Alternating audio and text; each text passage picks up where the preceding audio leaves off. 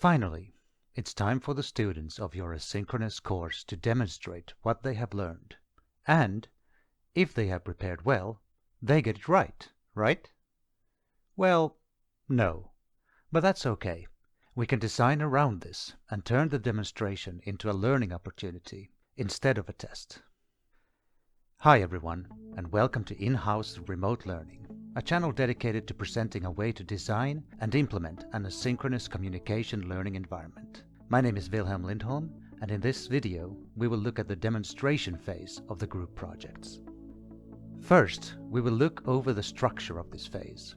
Next, I will quickly go over how I give feedback. And finally, I will talk a little about my review philosophy for the demos. Let's start with the structure. The main point I want to stress here is that I always give groups 2 attempts for each demo. Even if they have prepared well, the interactions we practice in the course challenge the norms and preconceptions of the students, so that even if they aim for the right thing, they tend to make assumptions or have habits that lead to the demo falling short of the task objectives. I'll return to this point in the last part of this video. After the first attempt, the students receive detailed feedback, which we'll look at a bit more in the next segment, and then they're asked to try again. The second attempt does not usually have to be a full remake of the demo. Instead, the students are asked to redo the parts where they had trouble.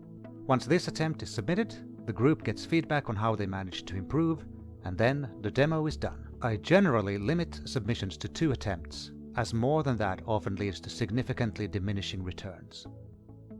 I will likely do a more in-depth video on feedback later in the series, but for now, let's just have a look at how I give feedback. I use a table like this to clearly separate the different focus areas and parts of the task. Giving myself limited space helps to remind me to keep points clear and concise, although I still try to give quite detailed feedback. As a bit of flair, I use color coding to indicate how well the specific issue went in general. Red means key interaction requirements were missed, yellow means there are areas that should be developed, and green means that the expected goals were met. In the box at the bottom, I give overall feedback, and also outline what should be done to improve in the second attempt. My main goal is to direct the students' attention to the areas that need improvement. I don't just give them the correct thing to say or do, but highlight areas of development that they should review and try to improve on.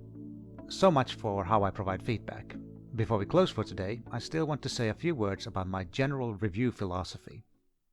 I want to underline that the decision to give students 2 attempts is not quite as simple as giving them a chance to correct what went wrong, although I am sure this is how many students feel about it. This would indicate that I expect them to get it right on the first try. Instead of thinking something went wrong if they make a second attempt, I try to help the students see that making another attempt is part of the recommended learning path.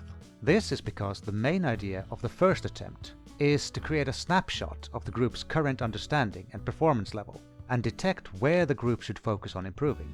You can see it as the first attempt setting a benchmark, and giving me information about the kinds of interaction this specific group can work on to develop as communicators. Then I give them pointers and feedback that should allow them to improve. For each group, the focus areas and level of performance can be quite different. This process reframes the idea that the demo is a test with a right answer, and missing points meaning that you made mistakes or did something wrong. Instead, the demo is an opportunity to try out some new concepts, learn where your challenges are, and get support in trying to overcome these challenges. The reason the second attempt in my example course for this series is voluntary has more to do with the fact that the course is obligatory, and if the group does not feel like making a second attempt, forcing them to do so would yield very few benefits. However, I wish that all groups would make 2 attempts, since the targeted feedback gives students a great chance to develop and become aware of important things in their own communication habits. Not to mention, it seems to feel quite nice when you see the red and yellow turn into green on the feedback form.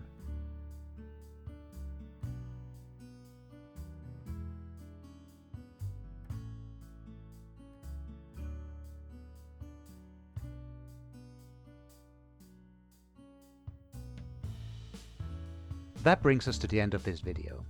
Let's recap.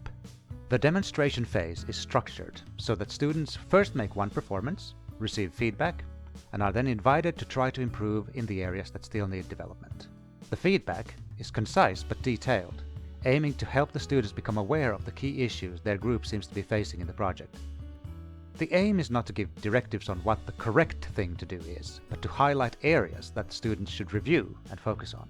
The philosophy behind this design is not just to give students 2 shots to get it right, but to map their current performance level and provide them with a path to get better and improve. Although the second attempt is optional, it is hoped all groups make use of the option, so they can experience a real sense of improving and exceeding themselves. In the next video, we'll take a look at the review phase, where students are invited to reflect on the whole project, from planning to performance. Welcome along! As always, if you'd like to be notified when new videos are added to this series, you can subscribe to the channel.